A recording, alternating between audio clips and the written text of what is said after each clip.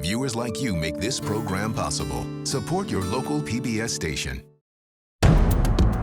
Every day, history is traded all over the world. Poignant, bizarre, and unique items that may never have been seen in public before. A fascinating and often untold tale lies behind every object. It looks pretty gruesome, but actually the reality behind it is probably far more gruesome than the object itself. This may be our last chance to see them before they disappear forever into private collections. Our quest? To unearth extraordinary objects drawn from every corner of the world and reveal the amazing hidden histories behind them. My father was shot down by this man, Schnaufer. His plane is right at the top, the 29th of June, 1943.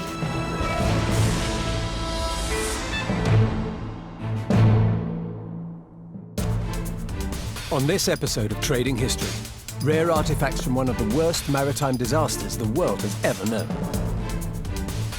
A truly remarkable lot and very emotive. Probably the most valuable and poignant and rare part of the whole archive. The incredible tale of a golden key and the Russian empress who diced with death. She had arranged a fleet of horses to get him out the country should she die. And the shocking story of the miners who were buried alive and left to die.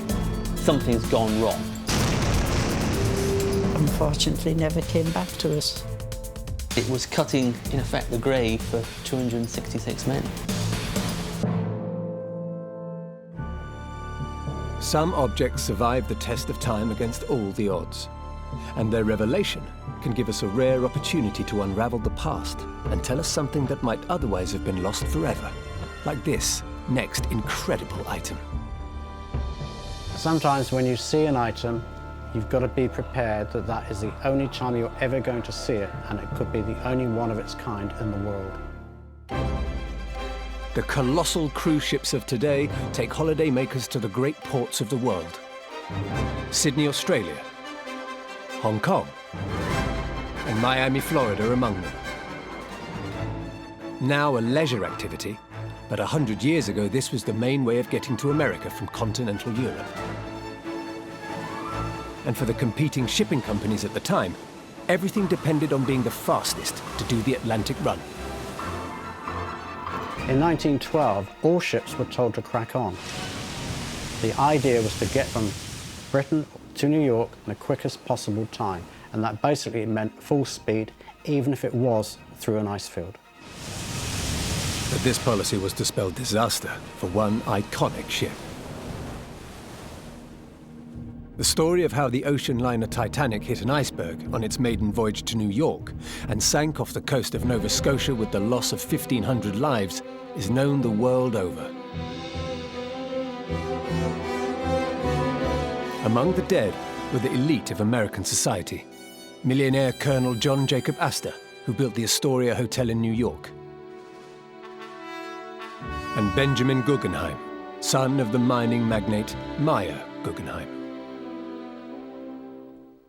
Today, reminders of the human cost of that disaster continue to surface a century on. Like the personal correspondence of 32-year-old crewman Edward William Barrows, now being sold by his great-niece. It's incredibly sad to think that this is almost definitely the young man's last letter, written just a day before sailing on April the 9th. They left on April the 10th, and just 5 or so days later, the ship was sunk and history was made. Barrows wrote the letter to his sister Mary at their pub, the Island Queen, in Islington, London. My dear Mary, I'm glad to say that I signed on this afternoon on the Titanic. I'm sleeping aboard the ship tonight. We sail tomorrow. Barrows had reason to celebrate.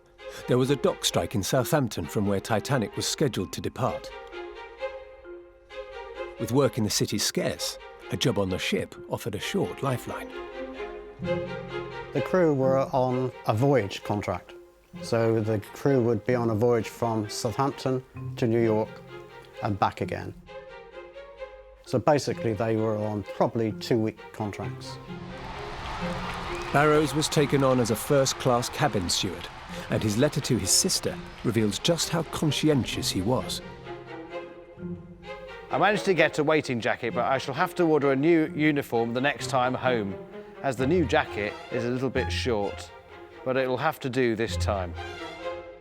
We are due home next Saturday fortnight. Love and best wishes to all, your affectionate brother, Will.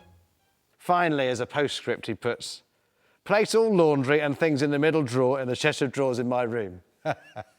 Which is a lovely bit of normality. The Titanic was one of 3 Olympic-class liners built for the White Star Line in Northern Ireland's Harland and Wolff dockyard. She was dubbed Unsinkable, a label that was to come to jinx her in the days ahead. The Titanic was never described by White Star as being unsinkable. A journalist was doing a feature on the ship and he put the words in, she was practically unsinkable. And an editor took out the word practically. So, according to the press, unsinkable she became. It was far from the truth. Once the iceberg hit off Newfoundland, Titanic went down within 2.5 hours. The speed of her descent was partly down to design faults in the hull.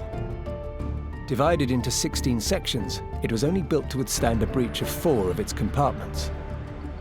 But when the iceberg hit, it ruptured 6. And, as the sections weren't completely watertight, the ship quickly flooded, causing it to list badly.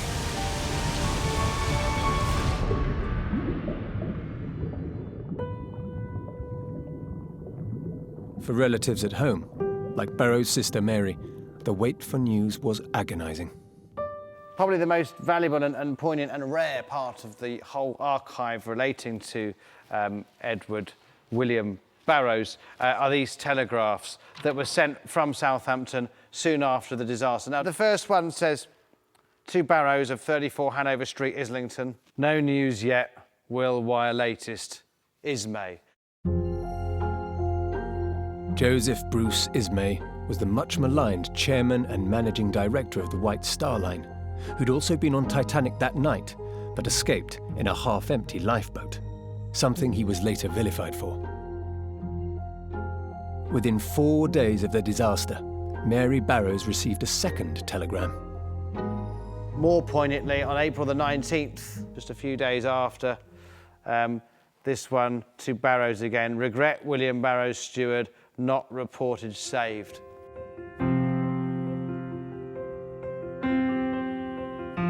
The disaster was to cast a long, dark shadow over maritime history and the lives of relatives for decades to come.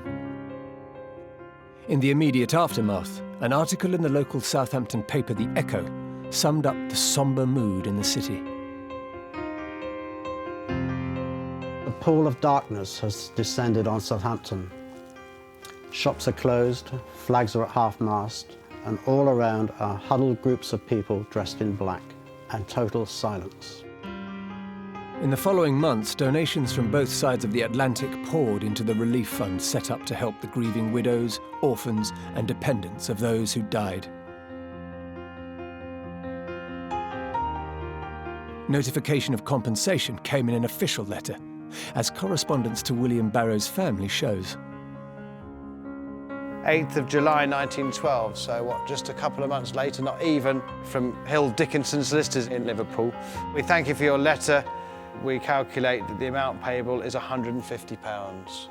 Please let us know whether you are prepared to accept this amount, so it's as though they've made an offer of compensation for the loss of young Edward William Barrows of £150. I would say that's the equivalent of between £10,000 and £15,000 in today's money. Lot number 723, ladies and gentlemen, a truly remarkable lot and very emotive. Now, a century on since the Titanic disaster, the last letters and documents relating to the final days of first-class cabin steward William Barrows are going up for sale. Are we sure and done? The items were sold to a private collector. The effects of that great loss of life has also had profound repercussions for maritime safety. In the aftermath of the tragedy, ships had to carry enough lifeboats and life jackets for every passenger, and their hulls were adapted to make the bulkheads watertight. And the 1,500 who lost their lives? More than a century on, history has not forgotten them. In Southampton, England, the city has erected a lusting memorial. And in Halifax, Nova Scotia, are the graves of those whose bodies were recovered, a permanent reminder of the cost of one of the deadliest shipping disasters of the 20th century. Sometimes objects turn up on the international market that can take us right to the heart of a story. This next item may seem innocuous, but behind it is a tale of one of the most daring crimes of all time. The age of technology brings with it the gains of global communication and the growth of cybercrime. Today, with the simple click of a button, millions can disappear into the pockets of thieves and fraudsters anywhere in the world.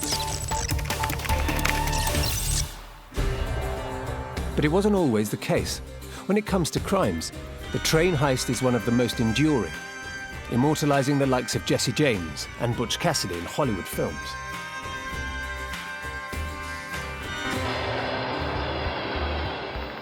In 1963, the infamous Great Train Robbery was considered one of the most audacious heists of all time. Everybody's heard about the Great Train Robbery, and I'm not just talking about this country, all over the world. Now, more than half a century on, a rare artifact from that notorious case has come to light in an auction house. This is actually a small, confidential Buckinghamshire Constabulary notebook, and I would imagine incredibly rare. This was issued to the police force to help identify the masterminds behind this great crime. The family of a former Buckinghamshire officer found it in a desk drawer, and it had obviously been there since the 60s. As an item, almost insignificant and quite easily just overlooked. So what role did this meagre notebook play in the case of the Great Train Robbery? It all began in the early hours of the 8th of August, 1963. The Glasgow mail train was en route to London, carrying over £2.6 million in notes. Suddenly, at Cheddington near Leighton Buzzard, the train pulled up. The line signals had been tampered with. The gang coshed the driver Jack Mills over the head, broke into the train, and escaped with mail bags of cash worth around £50 million in today's money. The robbery was very well planned. They left the scene and travelled to their hideaway, which was an isolated farm which had been purchased by them, which we later established was Leatherslade Farm. They were in a convoy of 2 Land Rovers and a lorry, trying to make themselves out as a military convoy, in fact. The thieves had made a clean getaway, and the police were under huge pressure to make arrests, but had very little to go on. The actual robbery itself was very meticulously planned, to the extent that no actual clues were found at the scene, but when they got back to Leatherslade Farm, it was there that things started going wrong. They arrived there at approximately 4:30 in the morning, and they planned to stay there for some time. But on the second day, they heard, through the BBC radio, that the police intended to search isolated farms within a 30-mile radius of the scene, and they decided they needed to leave as quickly as possible. Shortly afterwards, the police got the breakthrough they needed. A neighbour, suspicious of the unusual comings and goings at the farm, contacted the police. Well, the police are cock-a-hoop, and understandably so, because their deductions so far have proved absolutely right. They were looking for a hideout within 30 miles of Cheddington, and they found it. When the police arrived, they found that the gang, in their panic, had left vital evidence behind. There was stories that someone was meant to go back and clean the place of any evidence, but they just left it. At the point it was discovered, a lot of the mail bags were found there. They tried to burn some, but because of too much smoke, they gave up that idea. There was a lot of evidence, and the detective superintendent described it as one big clue, which it turned out to be. In 1963, fingerprints were the only reliable means of identifying the criminals, so detectives made an exhaustive search of Leatherslade Farm. While many things had been cleaned for fingerprints, others hadn't, like this board game. They were playing Monopoly whilst they were waiting there, allegedly with real pound notes rather than Monopoly money. Now the police had hit the jackpot. Fingerprints found at the farm matched their own records, showing many of the gang were known criminals, like small-time crook Ronnie Biggs, and the mastermind behind the crime, Bruce Reynolds. With the hunt now on to track the gang down, detectives issued the force with this pamphlet detailing the culprits. Inside it shows photographs of Buster Edwards, his wife June, Bruce Reynolds, Francis Reynolds, James Edward White. Had a good description of them, their eye colour, their hair colour, so that the police had an idea as to who they were looking for. Armed with this pocketbook of mugshots, detectives had rounded up 9 of the 15-strong gang within 4 months of the robbery. And by April 1964, 12 men stood trial for the so-called Great Train Robbery. The jury were out for 3 days and they came back with unanimous verdicts on all counts. Sentences in the main were 30 years for the offence of robbery and 25 years for the offence of conspiracy. These sentences had not been heard of before, but the judge made comment it was to try and to deter people from committing an offence of that magnitude again. But it wasn't the final chapter for one of the most audacious train heists in history. The gang went on to orchestrate 2 great prison breaks, one involving Ronnie Biggs, who escaped the authorities by first fleeing to Europe, then to Australia. But Ronnie Biggs then eluded capture for some time, and then he was found in Brazil. And then his deportation was deferred or refused because in fact he'd fathered a child out there. Despite being one of the most wanted men in the world, Biggs was able to live openly in Rio for many years. However, in 2001, aged 71 and suffering from ill health, Biggs voluntarily returned to England, where he was finally arrested. He died in 2013. Of the money stolen, there's still about £2 million which was never recovered. I wouldn't be surprised if one day somebody doesn't start digging some foundation somewhere and suddenly there's a large amount of cash. More than 50 years on, the Great Train Robbery has taken on legendary status. And now this modest little pamphlet, hidden away in a former policeman's desk drawer, is attracting global attention. It is amazing that it survived because it wasn't designed as something to be kept for any length of time. This could be the only one left. The booklet, chronicling a who's who of some of the world's most notorious criminals, is now in the hands of a private collector, proving that interest in one of the most famous heists of the 20th century is still very much alive.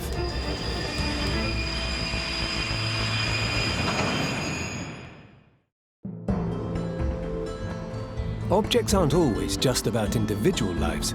They can also help tell the stories of entire nations. It's really exciting when rare objects turn up out of the blue because they can give us a glimpse into history that we might otherwise not have had. The Japanese samurai warrior. With their impressive armor and famous sword-fighting skills, their reputation for fearlessness and nobility is legendary. But what connects these fearless warriors with one of the most important and radical fashion designers in the world? This is the story of killer kimonos. The samurai were the warriors of ancient Japan, with a suit of armor designed to instill fear and respect in others. Now, centuries on, the work of Japanese designers whose dark, unfitted garments also caused shock and awe on the high street are beginning to attract the attention of the global market. They absolutely revolutionised what was happening in fashion at the time. They gave everyone a bit of a shock. Everyone was sat up bolt trying to think, what is this? It made people look at fashion differently. Once considered anti-fashion, these baggy, misshaped garments have gained iconic status.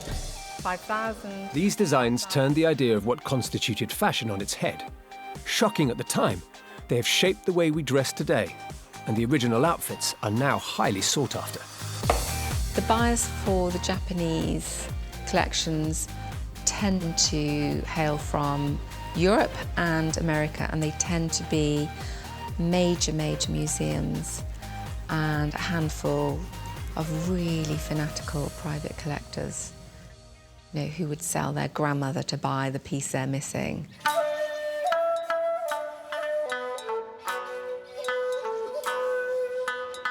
The root of this frenzied interest in Japanese fashion started here in Asia, nearly 40 years ago, when designers introduced a new twist on an old idea. The way we conceptualise sort of traditional Japanese clothing is really epitomised by the kimono, by beautiful silks, printed or embroidered, very exquisite details. Now, some elements of this remained in these designs, but it was also a much more modern conception. That's epitomised in this kimono, now up for sale and made for one of the world's most avant-garde celebrity musicians. So the long lineage of Eastern inspiration on Western design is again evident in the Alexander McQueen dress that Bjork wears for the cover of her Homogenic album. Now this dress is based on a traditional kimono, but it's really exaggerated. It's got a very high neckline that you wouldn't ordinarily see in a kimono, but crucially, it's got a very wide, very thick obi, which is what would be worn with a traditional kimono in Japan. The obi, or waistband, not only secures the kimono, but like the colour and pattern of the fabric used, is a symbol of the wearer's status and wealth. The kimono was also traditionally a standard item of clothing for the notoriously fierce samurai warrior, often worn under the suit of armour. The obi was used to secure their swords when not in battle. In 1853, the arrival of the American Navy in Tokyo changed the status of the national dress forever. Japan became more westernized, and by the 20th century, kimonos were replaced with suits. At the time, Europe and America were witnessing their own fashion revolution. There was the 1940s elegance of the Christian Dior-inspired new look. The nipped-in waists and long skirts came out of the austerity of the war years. Then, in the 70s, came the rise of leisure wear, jeans and sneakers. A decade later, logos and power dressing were king. By the 1980s, you've really got a boom in the idea of label mania. So designer fashion is really the most important thing, and this all begins on the Paris catwalk. You also have Italian designers, people like Giorgio Armani, Gianni Versace, Versace especially, showing very bright, gaudy, flashy designs, very much about visible wealth and opulence. It was then that the Japanese arrived in the French capital. East met West and everything changed. Designers like Rei Kawakubo, Issey Miyake, and Yohji Yamamoto led the assault. When the Japanese designers arrived in Paris in the early 1980s, it caused a real revolution in the world of fashion. The designs they were showing were the complete antithesis to the Western designs on display that were very bright, very gaudy. In fact, it was even labelled anti-fashion because there was a huge use of black, very stark monochrome, unfinished edges, deconstruction in places as well. It was an entirely different concept for adorning the body. Rei Kawakubo's followers were even dubbed the Crows because they dressed in so much black as they went to her shows. It is true that most of it was black, very black. and it was distressed. And I remember Women's Wear Daily derisively saying, you know, it's the beggar look, you know, the bag lady look, because things were twisted, contorted, they were distressed intentionally. They were made that way. And it was kind of like a breath of fresh air after all this almost too much overpowering bling, and it was the antidote to all of that. Now some of those groundbreaking Asian outfits are up for auction. In this sale we have some fantastic early pieces, including a wonderful ensemble which is twisted and contorted knitwear in different colours with massive intentional holes, and a skirt with irregular ties and again massive holes, which is from Rei Kawakubo Comme des Garçons Autumn-Winter 1984 collection. And it's almost fashion as art. You're looking at pieces and you think, which is the front, which is the back, where does the head go, where does the leg go, where does the arm go? It's a museum piece, it's as simple as that. The auction also includes later garments by those early game-changing Japanese designers, like this 2D rose-patterned coat, and this coloured overgarment by Issey Miyake. While their long, wide sleeves and loose-fitting style pay lip service to the traditional kimono, they are distinctly modern. It's called the Colour Prism, and it's just so beautifully made. It's like wearing a piece of abstract art. You have layers of felted wool which all needle punched to give different gradations of colour. So as the needle punches in and comes out, it will push through threads and pull out threads. So it's like this sort of dreamy kaleidoscope of different textures and colours. You know, it would not look out of place in a museum of modern art. So great was the impact of Japanese designers on 80s fashion that their outfits have become iconic. Costumes like this can take us right back to the moment that they were worn. It's not just about how much money it's worth, but it's also about the historical value of an item. 19,000, 20,000. With the final hammer, it was the American museums that won the day at this auction. They snapped up many of these historic garments. And Björk's kimono dress by Alexander McQueen, that was bought by a private collector. Now, 40 years on, this sale has proved another pivotal moment when East met West. They say an object is like a key that can unlock a great story of human endeavour. With this next item, that story is no bigger than the survival of humankind itself. This item will shine a light on an unsung hero of history. This ornate golden key unlocks an extraordinary relationship between a Russian empress and an English doctor that saved a dynasty and a nation from one of the most devastating diseases known to humanity. She really thought that this man had saved not just her life, but in many ways, the Russian royal family, and indeed, millions of people in Russia. This is a Chamberlain key, which allows the holder into the inner sanctum of Russian royalty. It is believed to have been given to Dr. Thomas Dimsdale, an eminent British physician by 18th century Empress Catherine the Great. The Chamberlain key comes from the post-Chamberlain or Lord Chamberlain, which comes originally from the French chambre for room, and this was a person who had a key which had access to all the rooms of the royal palace. It's almost like nowadays you'd have an access all areas security tag. In those days, of course, it was a key. The highly prized golden key is being sold by antiques dealer George Fenwick. This is a very important item. It is historically important, it is spectacular quality, and it has the insignia here of Catherine the Great. This is part of Russia's imperial past. Keys of this quality are extremely rare and very, very highly sought after.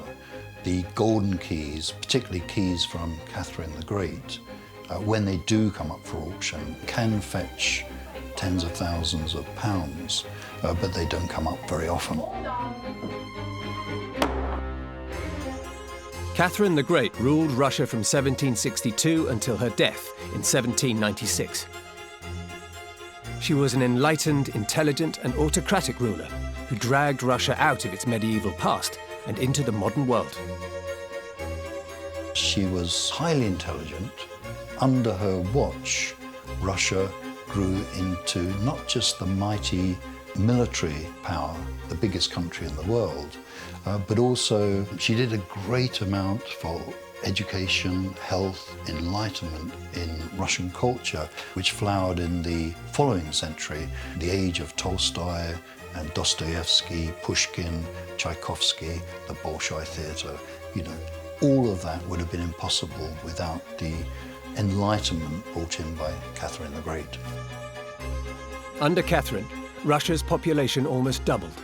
Her westernization saw a flood of European immigrants. She built 144 new cities and towns, together with several impressive palaces that still stand in her honor today.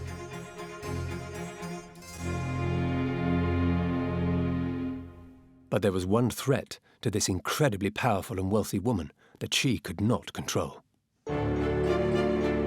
Smallpox, a rampant killer that was raging through Europe. It was a highly contagious disease covering the body in raised pustules, and it killed 1 in 3 people it infected. Smallpox was really up there with the Great Plague. It spread very, very easily, and once a household had it, then you'd have to isolate that household to stop it spreading across the street, then the street across the town across the country. The whole of Europe was being ravaged by smallpox. It had even reached the royal families of Europe. This was Catherine the Great's greatest fear. It had killed her predecessor Peter II, and it almost claimed the life of her husband, Peter III.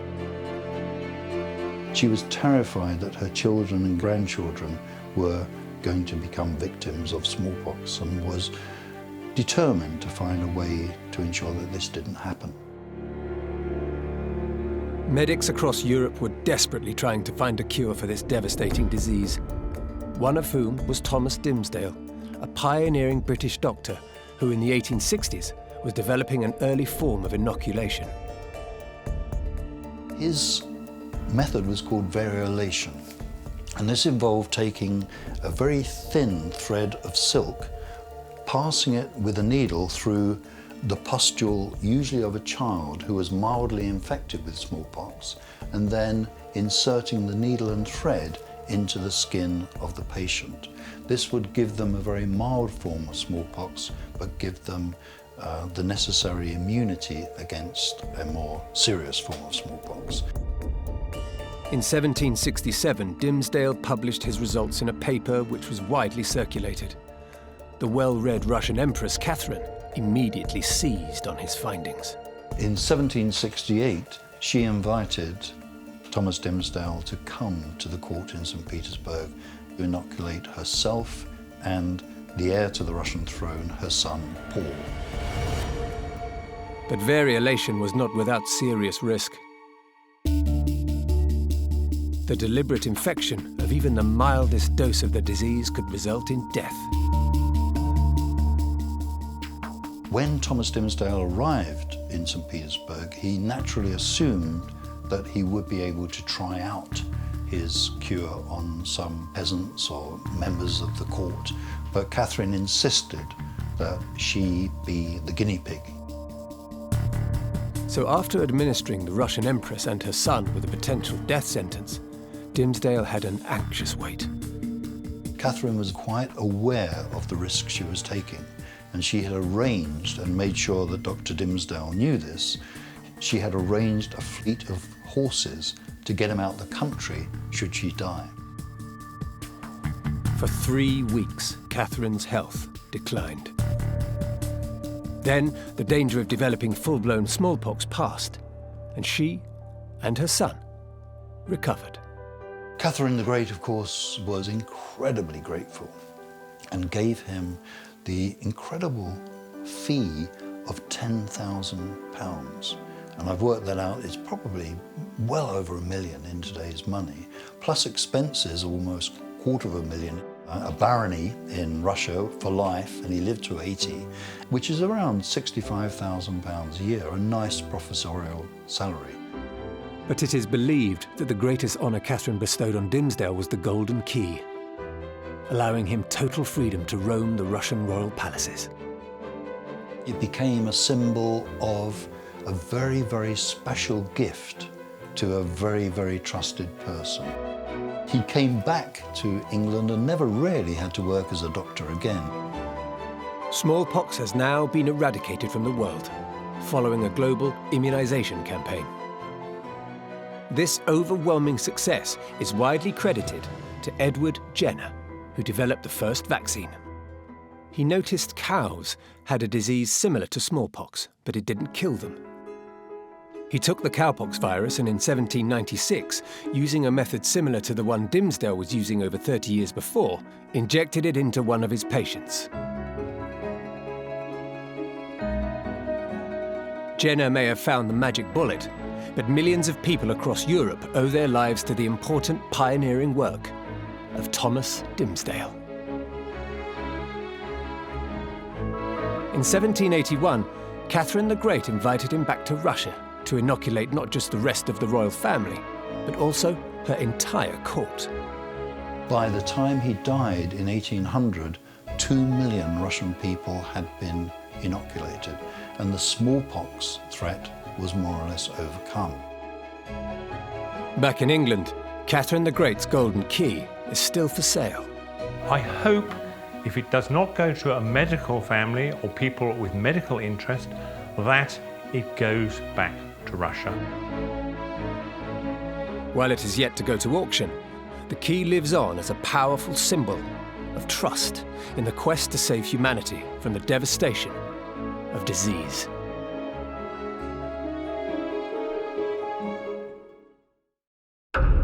Not all objects are what they appear to be.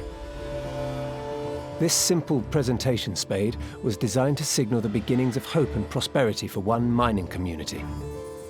Instead, it was marked by a very different history, one of destruction and tragedy on a massive scale.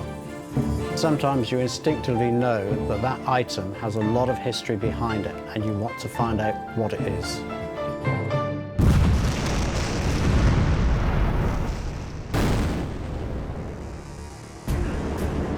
Coal. It was the fuel that powered the engines that drove world economies. Coal was king, but unfortunately coal was a bit of a tyrant as well, and many people suffered because of that. They were working in a pair of shorts and clogs, and the clogs had holes drilled in them to allow the sweat to come out. That's how bad the conditions were. Underground explosions, toxic fumes, and flammable coal dust were also dangers for miners working deep underground. And when disaster struck, it showed no mercy. 1942 and the Bengzi-Hu Colliery, China. 1,549 killed in the worst coal mining disaster of all time. 34 years earlier, more than 1,000 died at the Courrières mine in France. And the worst mining disaster in American history? That was in 1907, at the Monongah mine, West Virginia, with 362 miners killed.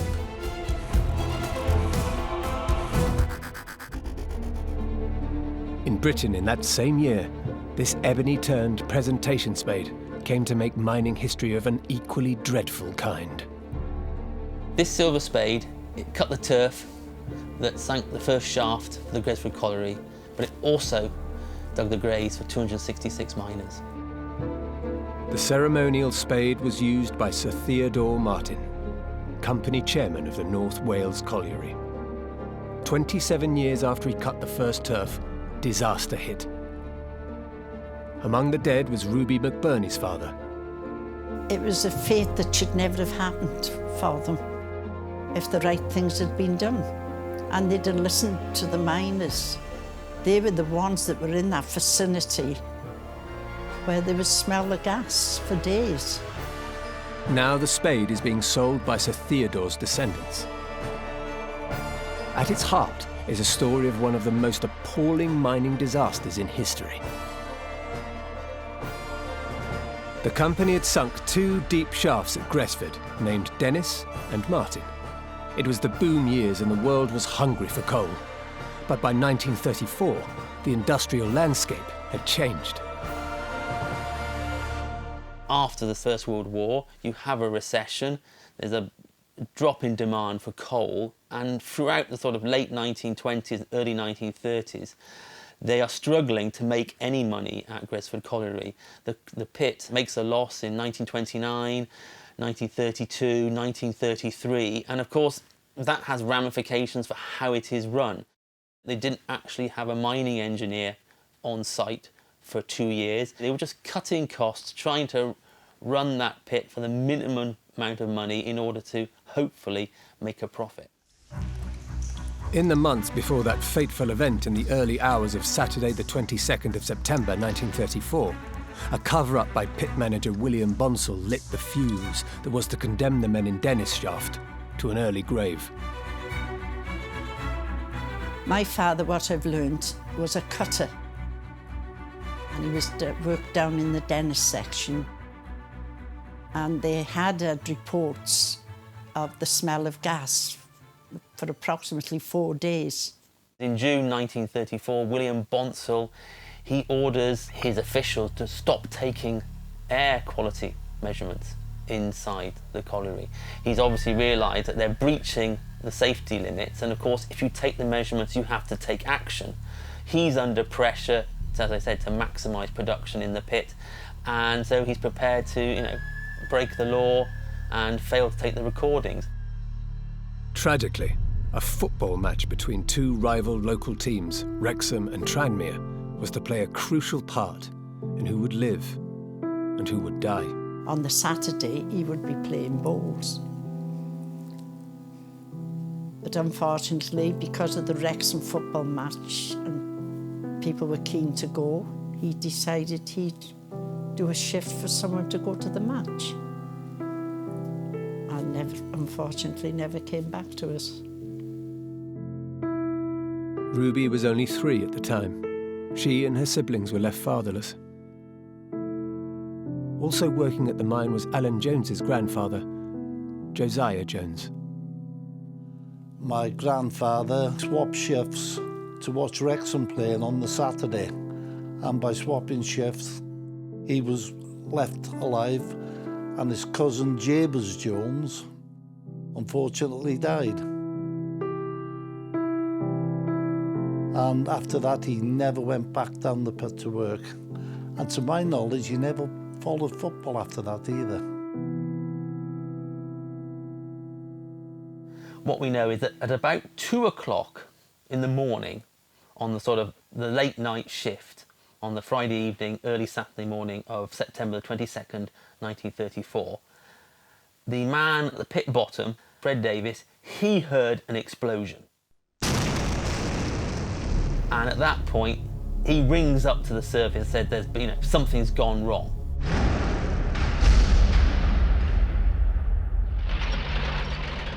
Every able-bodied man turned out to the rescue, while at the pit head, groups of miners, their wives and children, are waiting and fearing the worst. Jack Samuels and 5 others manage to escape. They are actually clambering their way out. They've actually crawled out via an old airway, up some ladders across the fault. They describe a scene of total desolation. There's fires burning, the roof falls are falling in. It's a total disaster zone. They knew that the poisonous gas from the fire that is burning following the explosion is sort of spreading throughout all the workings. And during the day, there's various sort of desperate attempts to try and sort of fight the fire underground, but they're not remotely equipped to tackle such a blaze. I mean, you've got a huge amount of fuel, and the fire's just burning like mad. There's further explosions going on.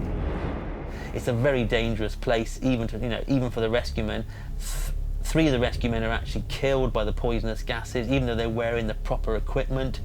And at 7 o'clock, they decide to abandon the attempts to control the fire. They abandon the attempts to try and break through to where they think other men may be trapped still in the Dennis section, and they leave the colliery and seal the shaft.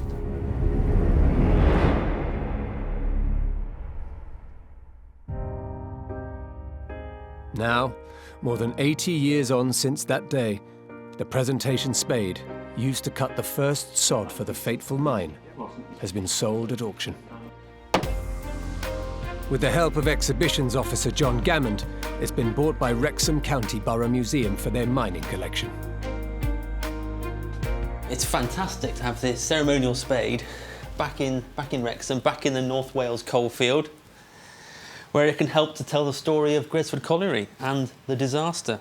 The thing is, of course, with this spade, is when Sir Theodore Martin cut the turf, he had absolutely no idea the meaning that this object would have for future generations, especially mining families. He thought he was cutting the turf to, start the sinking of a shaft for another successful colliery. Instead, it was cutting, in effect, the grave for 266 men. While the spade symbolised the hope and prosperity of North Wales coal mining in 1907, this nearby memorial stands as a reminder of its cost. After 50 years of campaigning to get it erected, the stone monument now stands in memory of the 266 who died in 1934. I'm just going to point out my father's name, William Crump. When you look at all the names, it's horrific, really. There's so many people had to die. Due to safety concerns, the shaft was never reopened. An inquiry dismissed all charges against the company. William Bonsall, the mine manager, was convicted on 8 counts and fined £140. And what of those who died? The Gresford Colliery disaster story is that the miners who were killed in the disaster remain entombed in the pit, in the Dennis section, till this very day. They may have gone, but their story will live on through this spade, now back where it belongs in the heart of Wrexham's former coal mining community, adding another chapter to the continuing saga of trading history.